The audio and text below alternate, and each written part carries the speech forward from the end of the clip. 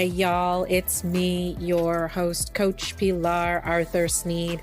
Thanks so much for joining me here for another episode of The Last 10th. It's a great week here at the podcast. It is, as I am recording this, it is Thursday, January 21st. It's the day after Joe Biden and Kamala Harris have been inaugurated as the president and vice president of the United States. I have to acknowledge that we have moved into a new moment. We can, for the moment, take some time to celebrate, to be happy and joyful in the moment that we are in. There's still a lot of work to do, but it's a good day. It's a good day. So thanks for being here. I am so excited for my next guest, Jameelah Mujaahid. She and I had a great conversation talking about her life as an ultra runner and a mom. She really manages to do a lot of things with the time that she has. I hope that you'll find her story and the things that she shares with us on the show today to be inspiring for you. And maybe you might consider at some point in time in your future doing an ultra marathon. Y'all, let's get started.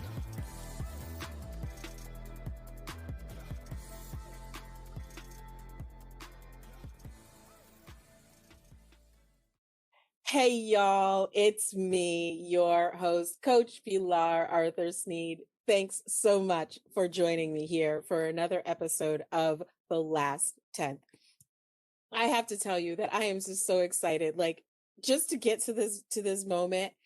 My next guest and I have already been cracking up a lot before we even started recording this show. So I think that today you're in for a treat.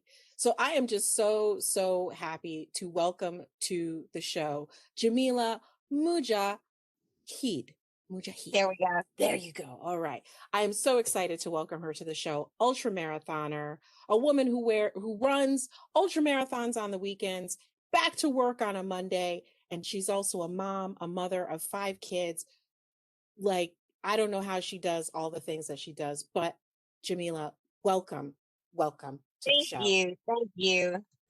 I just be talking to people. I think I enjoy it too much. That's why sometimes it takes me too long to finish my races. They get out of the aid station. I'm like, look, I paid money for this. I'm getting all of mine. So we're gonna. That's right. I'm getting everything out of this race. Yes. This race. So Jameelah, where I usually like to start is I really love it when folks tell me a little bit about themselves. So anything that I have not already shared, I would love to know. Well, I'm going to a race. Well, as soon as I'm done talking to you, I'm about to just start the car and drive to Florida. It's only about 6 hours. I'm running long haul 100. I believe that's the name of the race. Mm-hmm. So just tell me a little bit about you. What do you do in your free time when you're not running? What do you do? I was a full-time fitness instructor. And I work primarily I live in Atlanta. So I work at our downtown Buckhead area. Mm-hmm. So I had contracts where we would go to different law groups and say, hey, you can save on your insurance if your employees come to work on time, things like that. So, why don't you let us work them out? Yes. Let us use the company gym, work them out. That's basically what I did Monday through Friday. And which I loved because it allowed me to be able to go to the kids' schools, go to their programs, make sure everything was on point. I was a fanatic about making sure I was the one to take the kids to school, pick them up from school, because I am so busy. So that was my private time with them, the drive to school, the drive home. And then popping up anytime I want to at lunch or saying, you know, Yes. checking on them. That was my main thing. I had to have a job where I had freedom to always be able to go check on my kids. So fitness came naturally. And let me backpedal.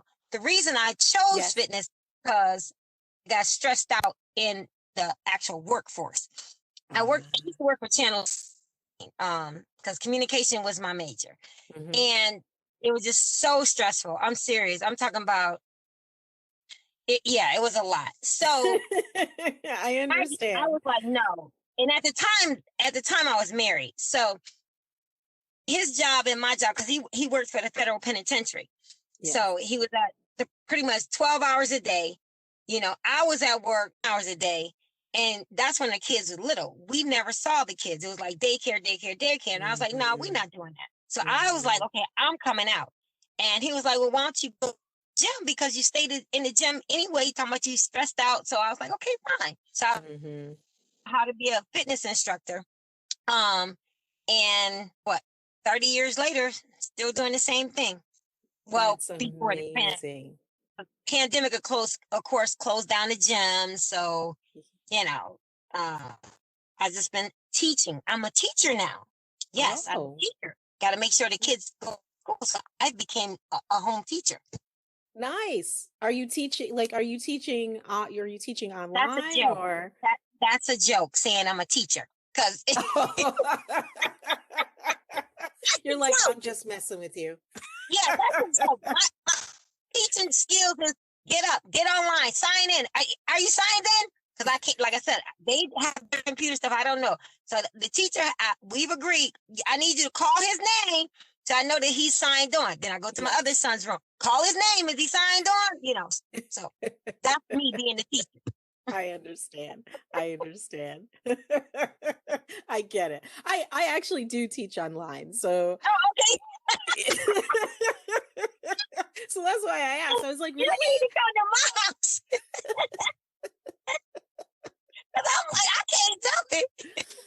I understand. I have been hearing the same. I do not have children at my home, but I have been hearing the same thing from most parents who have kids during this time, that it's been something else, managing daily life, and then your kids are at home, and et cetera, et cetera. But it sounds to me like you, from a long time ago, you have always been very involved in your children's life, so this is just like it's like a little extra. A little extra. It's fine. And what we do, and that's what I was telling, because like my sister, she was getting a little stressed out. And I said, well, do what I do. I take them out. Like we'll go have, because it's on their laptop. So we go to the park some days. Some days we'll just ride in the car because they have the little, it's a little black box. So that internet is anywhere. So we'll Yes. ride around. I have to do something because my kids I got boys. They Mhm. can't stay in the house. I can't have no more holes in my walls. You know, tear my house up. I have to get them out of my house. I love school. I tear up the school. Get out of my house. But they can't go to school now. We got to go to the parking lot. I mean, sometimes it's like, they like, Miss Mujaahid, why is she on the parking lot? I said, because they not tearing up my house. So is it okay if they just run around the track? They logged in, aren't they? I mean, what's wrong with that? That's right. That's right. That's very funny that you say that, because I have more girls in my classes than I have boys, and boys definitely bring a certain kind of energy. Yeah, I'm like, that boy energy, just yeah, yeah. Mm-mm.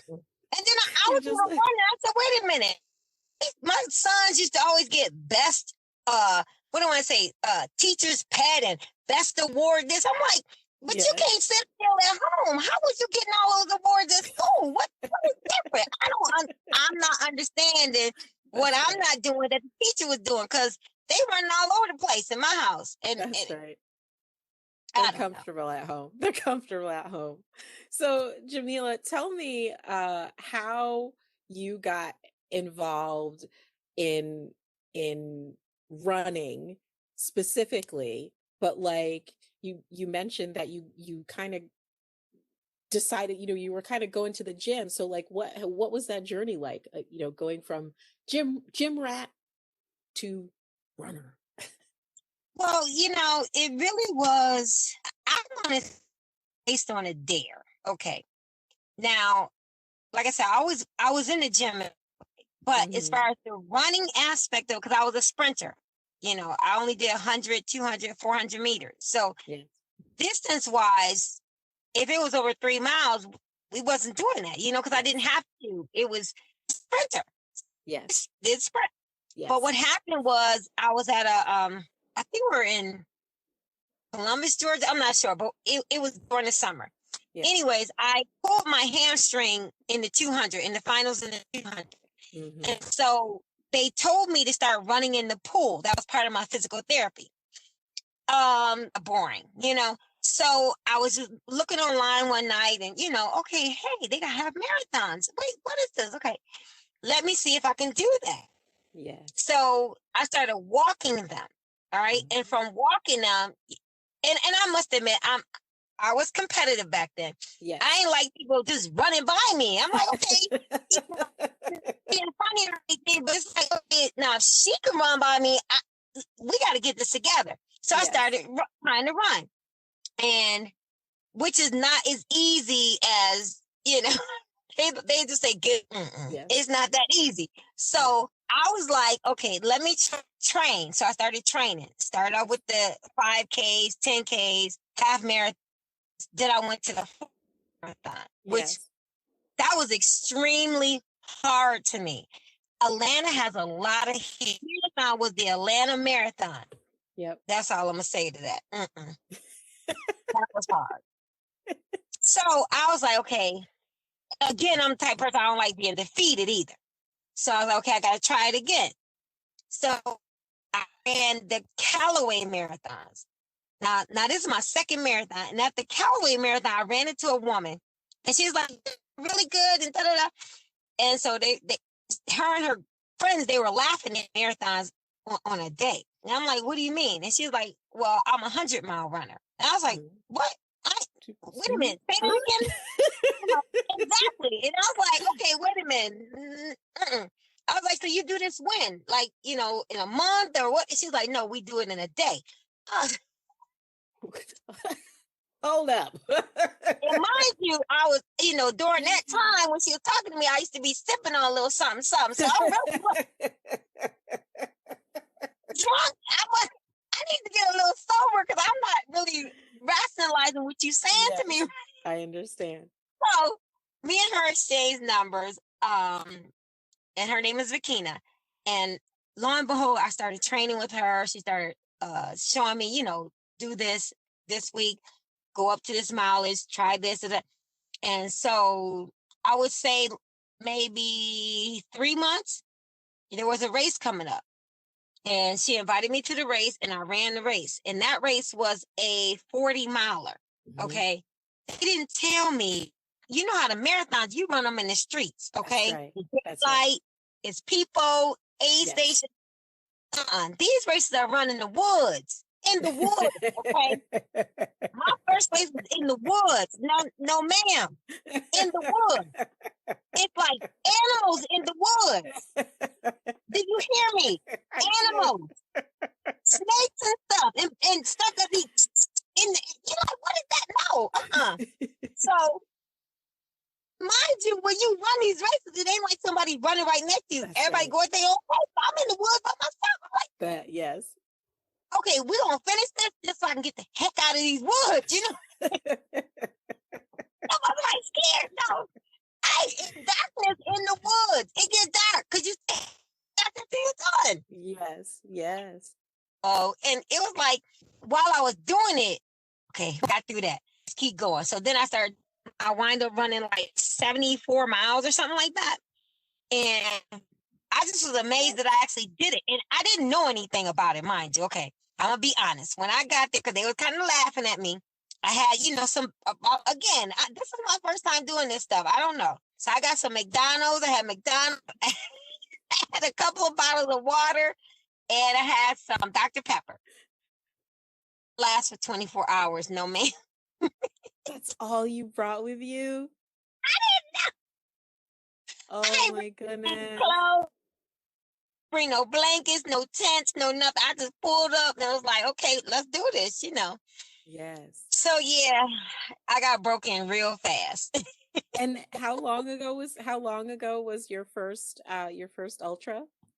13 years. 13 years. Wow. Yes. Yes. Wow. Wow. Wow. Wow. So how many races have you done since starting?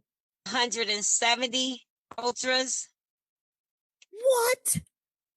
Yeah, and I'm guesstimating on that because years ago they didn't have the system that they have now. At like 157, and then another system has like 160 something. Another system says Mhm. so. I'm combining all three of them and say roughly about 170. I see. I see.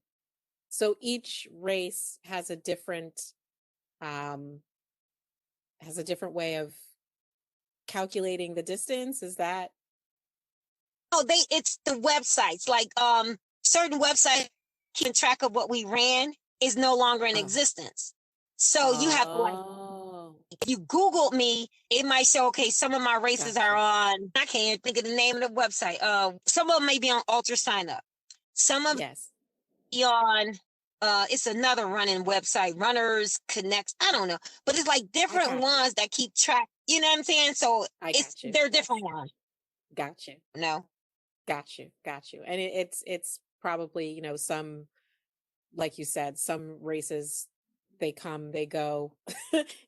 People don't have the ability to continue to put on these races. I get it. So things change. Over the course of 13 Right. years, it's bound to Exactly. happen. Yeah. Yeah. Yeah. Yeah. So how do you prepare for 100-mile race? How do you prepare for that? I just stay busy because if the race is 30 hours, then I know I'll stay awake for 30 hours. So let's say, for example, if I know I got a race coming up, now I never run 100 miles. When I'm training Mhm. for a 100-mile race or anything beyond that, my thing has always been, and it is because it's all, at least it's worked for me. It's always been, if I can run 10 miles, just keep doing it over and over again. So training Mhm. wise, with training hardcore, I might run like 50, 60 miles that week. Lately, and I promise you, probably in the last 5 to 7 years, Mhm. I don't run over 50 miles in a week. Mhm. And that's Mhm. pushing it. That's Mhm. what I want to do good at. Just Mhm. to finish it, if I clear 25, 30 miles that week, I'm good. Mhm. Then that Mhm. race, I will go. I won't get injured. Mhm. I'll be able to finish everything. Mhm. And I, and I do a lot. Mhm. I get in the pool a lot too. You know what I'm saying? Mhm. I run my race. I come home, do the exact same thing, rub down real good. We don't got fancy now, so now the whirlpool and sit in that. But Yes. for the most part, I used to just do the Bengay, put my long times on. I was good. And that's it. Just put that Yeah, heat on there. That's it. That's it.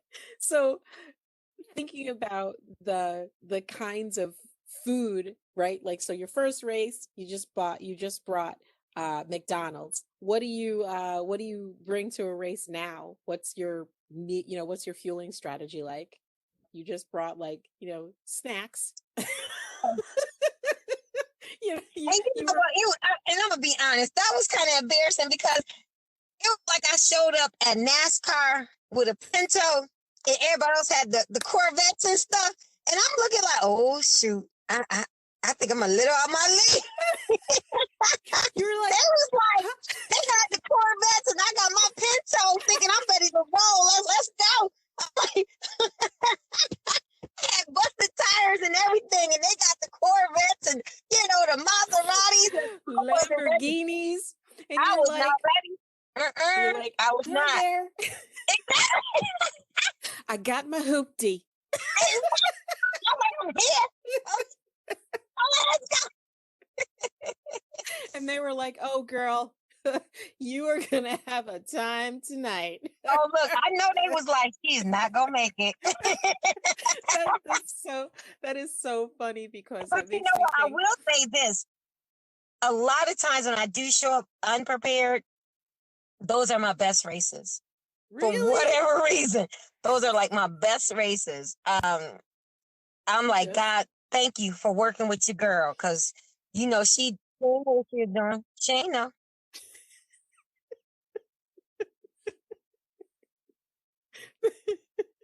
I'm serious. Oh, Those are normally my best races. They that's really are. crazy. That's crazy. That's crazy. It makes me think of this one time my husband and I, we ran a half marathon in our local area, and he Hmm. he met up with this guy who was like his first half marathon, and I don't know what the guy was doing. He was just wholly wholly unprepared. He was just like, I just showed up. I figured, how hard could it be to run a half marathon? My kind I of don't guy. know. My guy. And it was kind of like a hard race too. It was hilly, lots of hills, lots of up and downs. It was in summer, it was hot. And let me tell you, I finished my race, and my husband came along there shortly thereafter. We're like, where's so and so? We're like, we don't know. Hope he made it. So that's too funny, too funny. So what's your fueling strategy now? Like, what do you do now?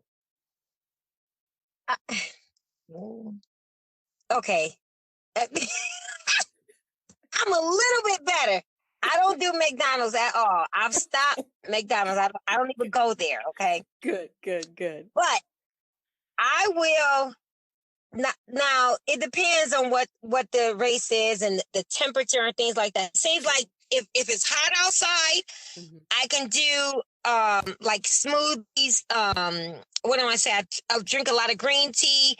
I like chewing on broccoli, pretzels. What do I say? The potatoes. Okay, Oh, okay, yep. that's what'll get me You said when you were it's old school. cold You're not out. lying. That's all. Look, that's it. And it's literally out the can. I go to Walmart. I get a can of the sliced potatoes and eat them out the can. Yeah. See, this was before the pandemic stuff, so this didn't really bother me as far as having your own stuff, because I always have my own stuff because I don't eat meat. So a Me lot of neither. times at the races, they may have cooked it in something with meat base. So Hmm. I love y'all, but I just don't want to get sick. So I have to Yes, make sure that the way my food yes, is being prepared is okay, so my stomach doesn't mess up. I So understand. I Yes, just always have brought my own stuff anyway. yes. I suck. What do I say? Baby food out the thing, Mm. so I can keep running. And that's all I eat. I really do. It boggles my mind that I eat very little when I'm running, and I'm able to keep going. But when I'm Yes. not running, look, I need a whole loaf of bread. So Well, that's that, because you're I don't you're know. I don't know the science part behind it or so any of that. active. All Yeah, I know is that give me a bag of pretzels and some potatoes, something to drink. We gonna finish. it's good. You're Anything else good. to mess up my stomach, like they do, Yes. like the salt tabs. I can't do that, And I sometimes I try to, my daughter say, "Mom, you say too much," because I know a lot of sports companies they push this stuff, but that just doesn't work for me. I'm not saying Hmm. it's not good products. That's not Hmm. what Jameelah said.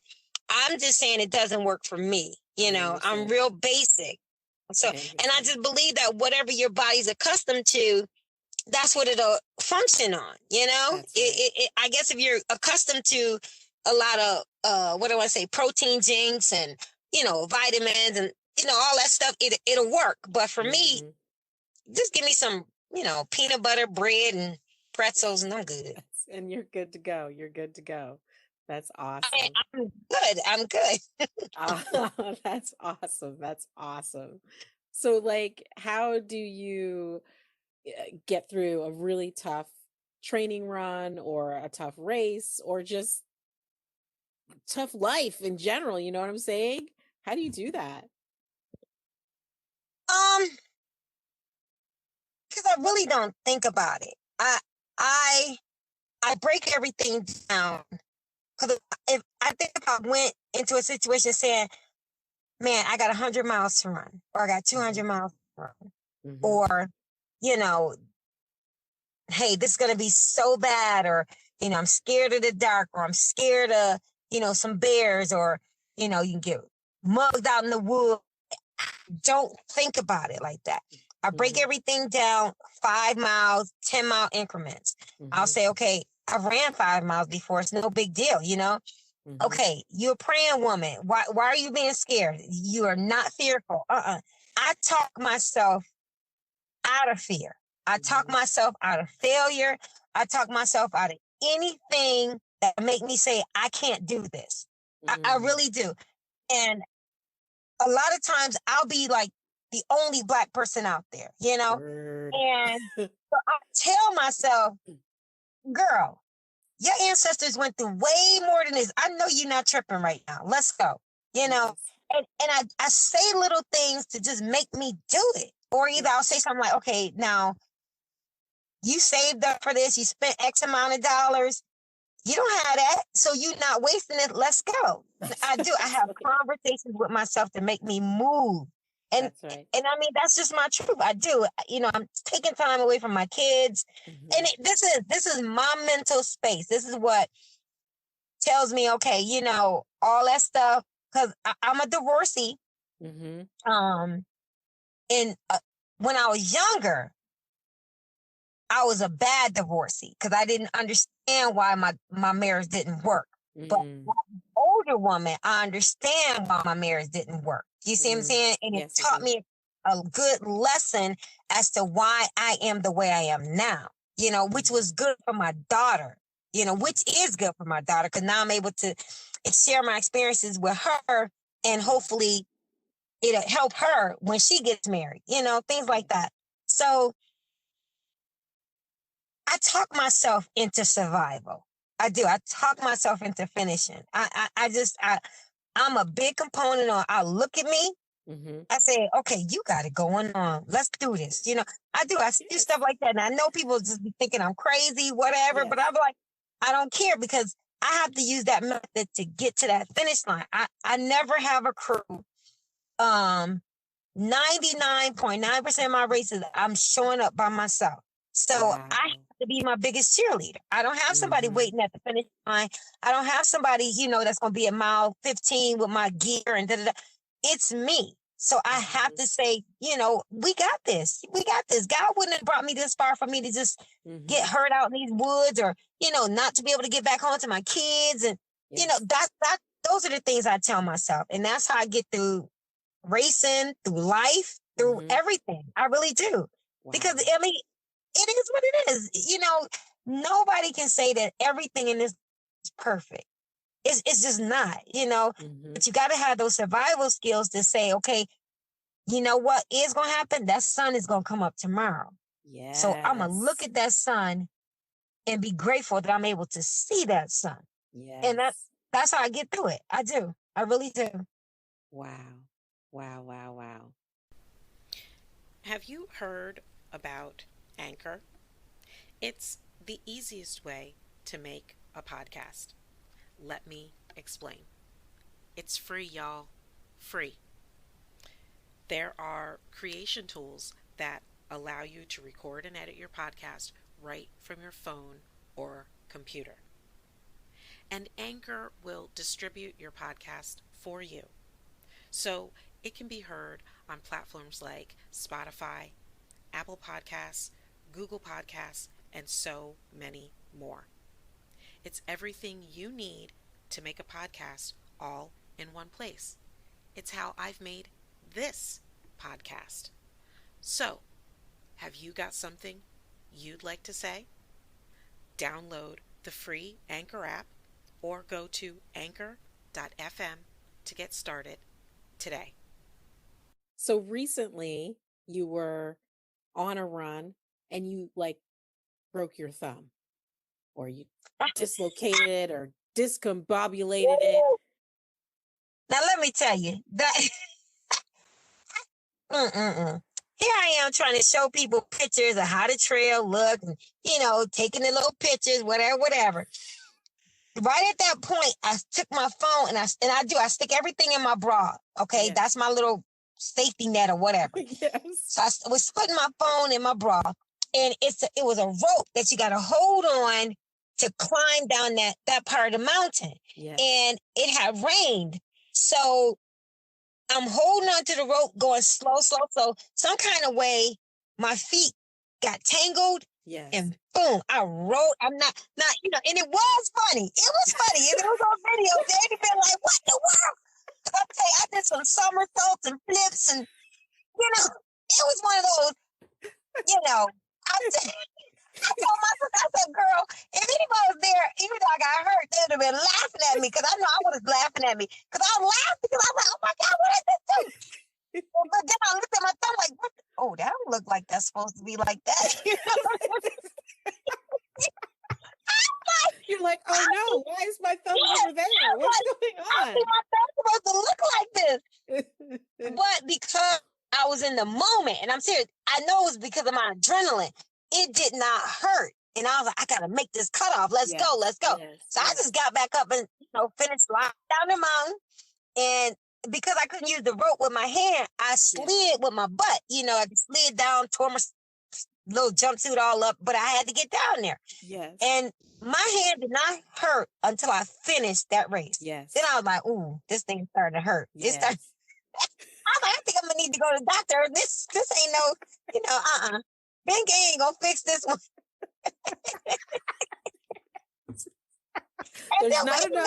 There's not enough liniment to make this feel better. And then they were talking about, they said, Jameelah, you want to just pull it and pop back? I'm like, you done lost your mind. You ain't pulling my dang on thumb. It would have been, you would have been all right. That's what the doctor did the exact same thing, but the good thing is the doctor shot, I don't know what she shot in my thumb, but whatever she shot numbed it. And then she pulled it and, Yes. So I was like Novocaine or something like this. Yes. It was something in that needle. It was good though. I have never, I mean, let me knock on wood. I have never injured myself in that way out on a run, but I have dislocated my kneecap, and I know how much that had to hurt. Yeah. And I did actually, because of where I was at the time when I dislocated my kneecap, I had no choice but to put my knee back into place. So I just took my hand and I just went whap, and it was like the same thing that you said. No, ma'am. It's the same thing that you said when you said, "Oh, my thumb shouldn't look like that." It was like I fell. I looked at my leg, and my leg was in two different places, and I was like, that's not supposed to be that way. But at least I left my thumb alone. I just let it hang. I ain't touch it. I wasn't touching it though. So I'm like, I don't know what I'm doing, and I ain't want it to be permanently, going to the side that way. So I just left it alone. Just like I'll just leave it. Yeah. Alone I was like, I wish I get home. That's crazy. So, what if you're going out and you're doing all these races alone? What motivates you to do this? Because a lot of people say I can't. A lot of people say I can't. They say it all the time. You running races, the kids' grades are going to go down, or your kids going to be buck wild. No, ma'am, I got some good God-fearing kids. The same thing they do in front of me, they do when I'm not there. And I can strongly say that. I've raised, and see, they stay by themselves now because they older. Now I will say, when they were younger, they rode with me. They used to roll with me. And I would literally just lock them in the car.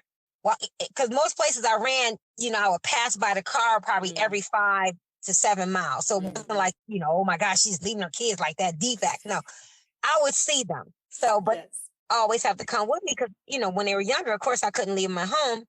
But now that they're older, they watch each other. Like my son is 25, my daughter's 21, my other one, Ismail's 19. He's 19. Hamza's 15, and Mustafa's 11. You see, I gotta look at the fingers to try to figure out who's who. But they do. They keep up with each other. They really do. And I mean, it's one of those type of things where my kids have watched me work hard. They've watched me come home. I don't care what time it is. My house, and I'm a fanatic about that. My kitchen got to be clean. I can't have clothes all over the place. I know that's because that's the way my mom raised me. I'm old school. You got to scrub them baseboards. We had to clean. You got to wipe the shower down. We had to clean like that. So my house is the same way. So, and my kids have seen that. So my daughter tries her best to keep up when I'm gone. She don't clean the way I clean because I like my house to smell like bleach. But she will keep everything clean, and she won't let her brothers tear everything up. So they. Like I said, I like showing that what you say I am, I'm nothing like that. No, my kids are straight A. No, my kids ain't going to jail. No, my kids don't drink. My kids ain't doing drugs. No, my kids are good kids. You know how they say, single black mom got all these kids, so they got to be bad. They ain't going to none of that. No, ma'am. Yes. I'm always the one calling the teacher. Okay, hey, you got to be what we need to discuss this. I'm that parent. I really am. I'm that parent that says you got to be on your game because I want my child on his game, and I'm always involved. So the more people think that I can't do something is what drives me to do it. It really does. She ain't gonna be at work. Yes, I am gonna be at work. What I do in my hobby time ain't got nothing to do with my paycheck. I need my check. That's These right. kids, they always asking for stuff. So I'm gonna be at work on time. Yes, ma'am. I'll be there Monday. That's right. So I think that's what makes me do it. And I have a good time. As much pain and misery as it is, afterwards, I'll be like, I feel like, a million Superwoman once I'm done. I'm like, yeah, she did that thing by herself. You had to have all of this. I did it by myself. So I like that aspect. And then, it also helps me to show other women, I don't care what you're going through. You still can get up on your own 2 feet and do some stuff. You can do it. I promise you, baby girl, you can do it. And I just try to keep showing them that. I don't have a lot of money. I don't. But I prioritize my money on the things that I want to do. I really do. I don't I make sacrifices where I can. Like we don't eat out every night. So the money I probably use going to Wendy's or Chick-fil-A or whatever, I'll show my daughter, hey, look, this is how you buy some stocks with that money. Or either I may say, okay, look, we're going to go and only get 2 boxes of cereal. I'm not buying any more till y'all eat up all of it. I don't blow a lot of money. I just don't. I'm real. I'm not cheap, mind you. I'm not. Frugal. But exactly. Me, I won't buy anything brand new per se. I'm a big thrift store person. I like going to yard sales, but for my kids, because they're younger, and how kids can be cruel at school. Now they have the best of everything. Now, and I am blessed to say that my ex-husband, he does what he has to do for the kids. He won't give me no change. I don't know what that's about. But kids, he will take care of the kids. All I got to do is make a phone call. Hey, they need this, this one needs it, and they got it. Same thing with both grandparents, both sides take care of my kids. So I have that way. So that's why I don't really like using that single term. Because it's not just me. I have a village that helps with my kids. I do. My parents, they love that I'm going different places, doing my thing. And so my mom will call, where you going this weekend? Where you going to be at, Precious? I'll be like, Mama, I'm going here. My dad would be like, you got your knife? Don't talk to nobody. Okay, Daddy, yes, sir. I know. Yes, sir. I'm not talking to nobody. I'm going to the race and I'm coming right home. Call me when you get out. So like I said, both of my parents are in their 80s, so that mindset too, and my dad, he always worried about the white man gonna do it. Yes, sir. I understand. Yes, sir. I'm gonna make sure. So you know, like I said, I just like doing stuff that people think I can't do. And then also it shows people that, you know, you can get it done. You can get it done. I don't care where you come from. You can get it done if that's what you want to do.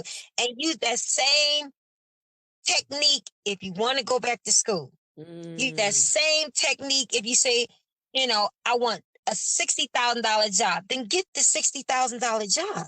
That's right. Find out what the requirements is. Keep trying to get it. Don't let one note make you stop getting it. No, go after it. Go after it. Like I said, during this pandemic, I'm learning how to work all this computer stuff. I'm not a computer person.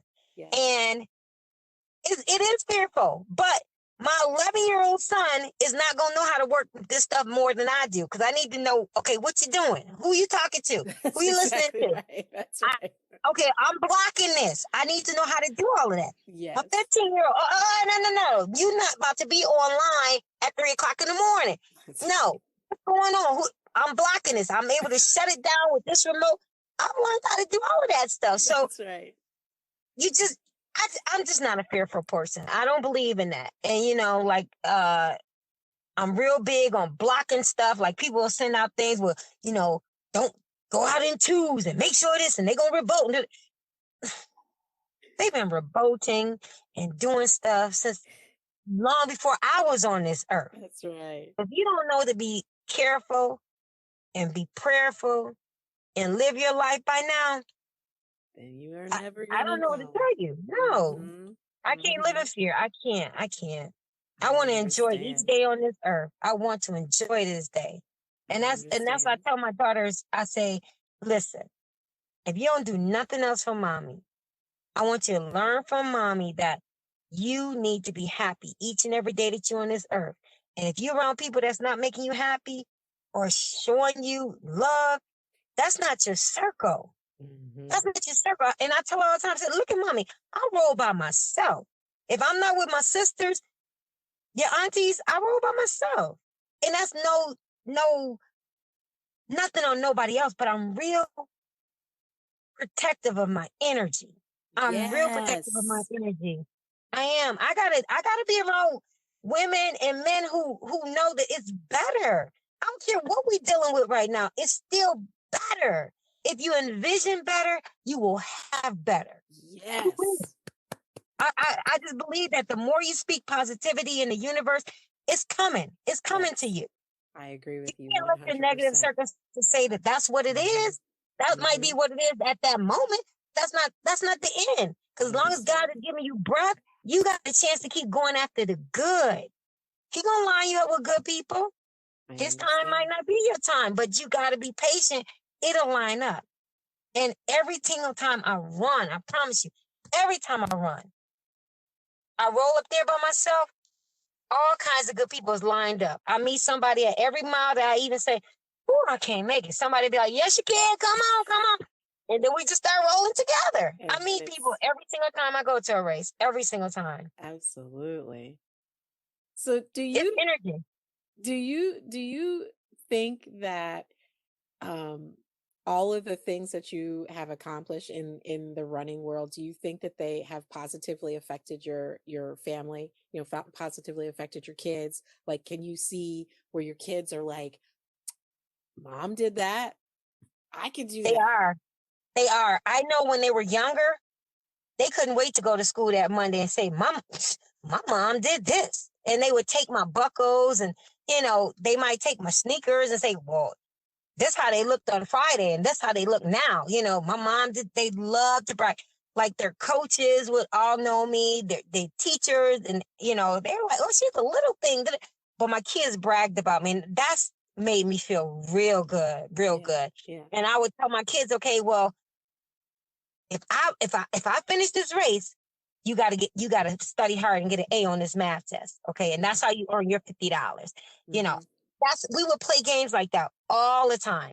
My kids knew, all right, well, Mom, you gotta be able to do this if you want me to do this. Okay, fine. So yeah, I say it positively. Absolutely. That's awesome. That's awesome.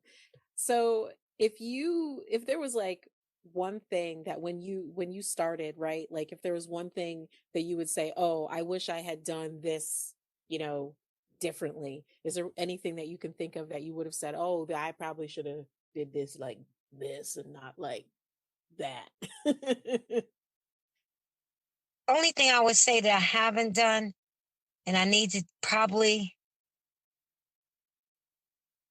because everything I've done is why Jameelah is still here right now. Yeah. It really is. I don't have any regrets of my life. Thank God I can say that right now. Or I don't have any. anything that you maybe wish you would have known when you started. Let me phrase it like that. If what I would have, if there was something that I wish I would have known, would be to get some of them cuties' phone numbers. And then I would have a husband right now.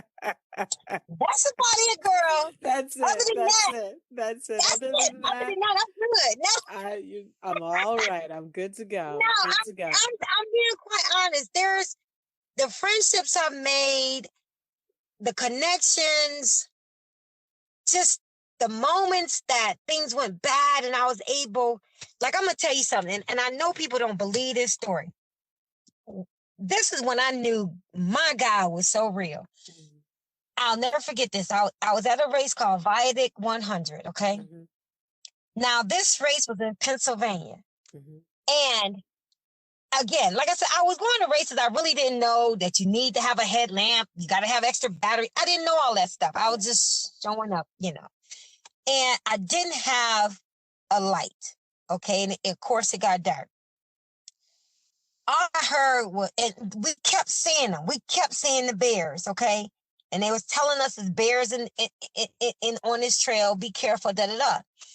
So I was sticking close with somebody, and I couldn't keep up with this man. So he left me, you know, with nothing on his part, you know, because he didn't know I ain't had no light, you know, none of that. So he left me. So it got dark. So I'm trying to figure out, you know, I'm looking down on the ground, you know, you could barely see. And I had about 4 miles to the next aid station. And I'm like, what is that? You know, and it's dark. So I couldn't see. It was a bear. And it was a bear with its cubs. What? So I'm running up on the bear, not knowing, because I couldn't hardly see. And so the bear started coming back at me. You cannot outrun a bear. No. So all I did, my hand to God, all I did was get down on my knees and I started praying. I was like, God, please don't let this be the end of my legacy. I got to get back to my kids. I just closed my eyes and I just started praying. I ain't hear nothing. So I finally opened my eyes and you saw the bear like up, like it was like mountains and stuff. So the bear was up there with his babies, her babies. And there was 3 of them. And the moon was so bright. I mean, that moon was like my headlamp, but it was so bright and it lit my way. And I just kept looking back. I'm running, looking back. That bear stayed up there with her babies. And I was able to get all the way to A station. And I told them that story. And I was like, I know they didn't believe me, but I was like, nothing. Only thing that saved me was God. I mean, I just got down and started praying. I ain't had no weapons on me. I ain't had no, the bear spray or whatever you call it. I ain't have nothing on me. I didn't even have a headlamp. I didn't even have nothing on me. Wow. But that bear did not attack me. That bear was coming, charging straight towards my butt. And I mean, all I did, don't ask me how I knew to start praying. Don't ask me what made me do it. All I can say is God took care of me. God took care of me. And I tell that story all the time. I give that testament. I swear to God, that is when I was like, nothing is greater than God. I'm telling you. And every single time I go on a trip, I pray before I go. I pray when I get there. I pray during the race. And I don't want to sound like a religious nut or whatever. No, but it's good. For me, I know God took care of me. Yeah. I can't fight a bear. I didn't smell no specific kind of way to turn the bear away or nothing. You know what I mean? Nothing scientific that you can say, well, that's right. You was too small. That bear was charging towards my butt. And I wish somebody was big to see that, but like I said, God took care of me. That moon was so bright. That was the brightest moon I've ever seen. And it lit the way for me to get to that aid station safely. I It think we've lit the all way. That moon lit the way. I promise you that moon lit the way. And I got back home safely to my babies that time. I did. I got back home safe. crazy. I mean, I think that we have all had at some point in time, we've had a situation where we were just like, okay, it's me or the Reaper. Yep. Yep. I'm telling you, I'm serious. And that was that time. And you're like, I don't know how I'm getting out of this mess, but somebody or something better save my black ass. Yeah. I'm telling you. I'm like, all the prayer warriors had to been praying at that very moment for whatever reason. They knew what to do. Because I was like, what the heck? That's right. And I didn't go back to that race ever since. I am so glad that you made it out of. I'm glad that you made it after that race. After we're done taping, I'll tell you a story. Okay. I mean, because I can tell it on here, but it's like, whatever. The world doesn't need to know. It's fine. It's just a funny story. You know what I'm saying? Anyway, so my last question for you is this: if you have had advice that you've ever been given, or if there's advice that you would like to give to folks who are listening, and it can be running advice, life advice, whatever, what would it be? My advice is don't let anybody steal your joy. Don't let anybody tell you no. Don't let anybody tell you too fat, you too skinny, you too short, you too tall. You're not the right color. You're a man, you're a woman. You're a man and a woman. Don't let nobody tell you how to live your life. I promise you that same person that's telling you all this negative stuff doesn't love you. Because if somebody loves you, they love you. They love you. They love you when you're funky. They love you when your booty big. They love you when your saddlebags is hanging. They love all of you. They love you when you got your wig on, when your hair. They love all of you. Yes. And they don't want you to change nothing about you.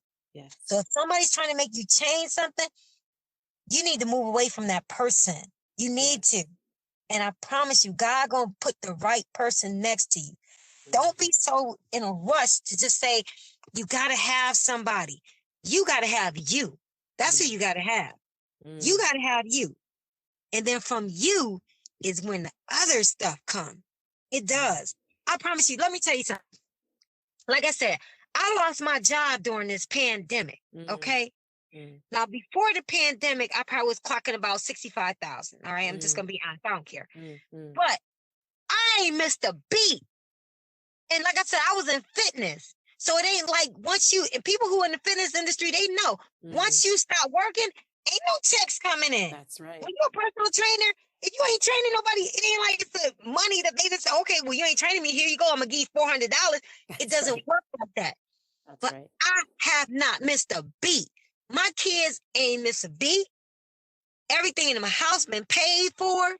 And that's what I'm talking about. When you got to really get on your knees and pray and thank God that, look, I need your help, Lord. Let me tell you, this how my stuff been working. Because I ain't posted, I ain't tell nobody, because I'm like, people don't need to know everything. I got a check for almost $40,000. Wow. Okay? My ex-husband, he lives in Dubai. He sent a check because he wanted to come home to visit his mother. That was my whole pandemic. Wow. Do you hear me? That was my whole pandemic check. Wow. That's why I've still been rolling, going to my races, everything been paid for. Because I know people like, she ain't working. How's she going all these places? You don't need to work about all that. God got me. That's right. That check came right when I needed it to. Then I got another check for $13,000. It was $12,000 some change from Wells Fargo. They tracked me down. Okay, I had a Chrysler Pacifica. It was a recall on that bad boy. They had overcharged me for a year and a half on the insurance. You know how you're supposed to have regular insurance, and then you can opt to have gas insurance or not. Yes. I said no, but they charged me anyway. They're doing a research or whatever, because I read the letter, because I was like, what's going on with this money? This ain't my money. They called me. They told me because after doing their audit or whatever, they had overcharged me. So they sent that money back. I've been sitting on almost $55,000 during the pandemic. You tell me that ain't nobody but God. Who is that? Come on now. I ain't working. I'm still making my salary. What? Come on. Like I said, amazing. You need to surround yourself with the right people. You better keep dropping on your knees. You better keep dropping on your knees. If you don't do nothing else, call it the universe or whatever you want to call it. But I promise you, it's way bigger than you. You got to be out there serving somebody way bigger than you, because otherwise you're not going to last in this life. And you can do it. You can do it. I don't care if you, all of a sudden, you sitting on the couch, get up and walk around the block. You can do it. I promise you can do it. You can do it. Walk from one end of your house to the other. Do that. That's more than what you did yesterday. So take your props on that. Yes. Even if you say, okay, you know what? All I'm going to do is only eat 3 cookies versus 10. Take your props on that. Take your small props on whatever it does, whatever it takes to make you happy. Take them little small prizes. I do. I promise you I do. Yes. No, life too short. Life is beautiful. Yes. It's beautiful. Don't make it miserable. Don't let nobody make your life miserable. I promise you. Nope. That's only advice I can give people. I'm good. I love me. I love my kids. My kids, the bomb. They love their mom, and I make sure of that. I love my mom and dad. I'm so blessed right now. I promise you. Everybody in my family is good. I mean, COVID is running crazy, and I got 80-plus-year-old parents still rolling. You see what I'm saying? Yeah, y'all. Come on now. We can do this. It's all good. It's nothing to be fearful of. Life is good. It's good. It's good. Awesome. Jameelah, I want to thank you so very much for joining me on this show. It has been just a pleasure to chat with you. Absolute pleasure. Thank you. I appreciate you inviting me, and I hope I did okay. You have been amazing. I'm just me. I can't. I try, and the crazy, but I have a bachelor's degree, so I know I'm speaking Ebonics. So look, I'm just being. I'm everybody's mama. We can speak however we want. There is no language police here. Thank you. Okay. I probably have said 10 run-on sentences. I'm sorry. Oh, good. Let me hit stop record, and good.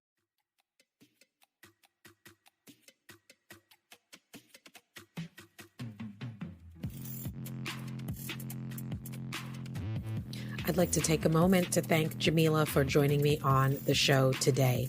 I really enjoyed our conversation, and I just had a tremendous amount of fun chatting with you. Thank you so much for your great energy.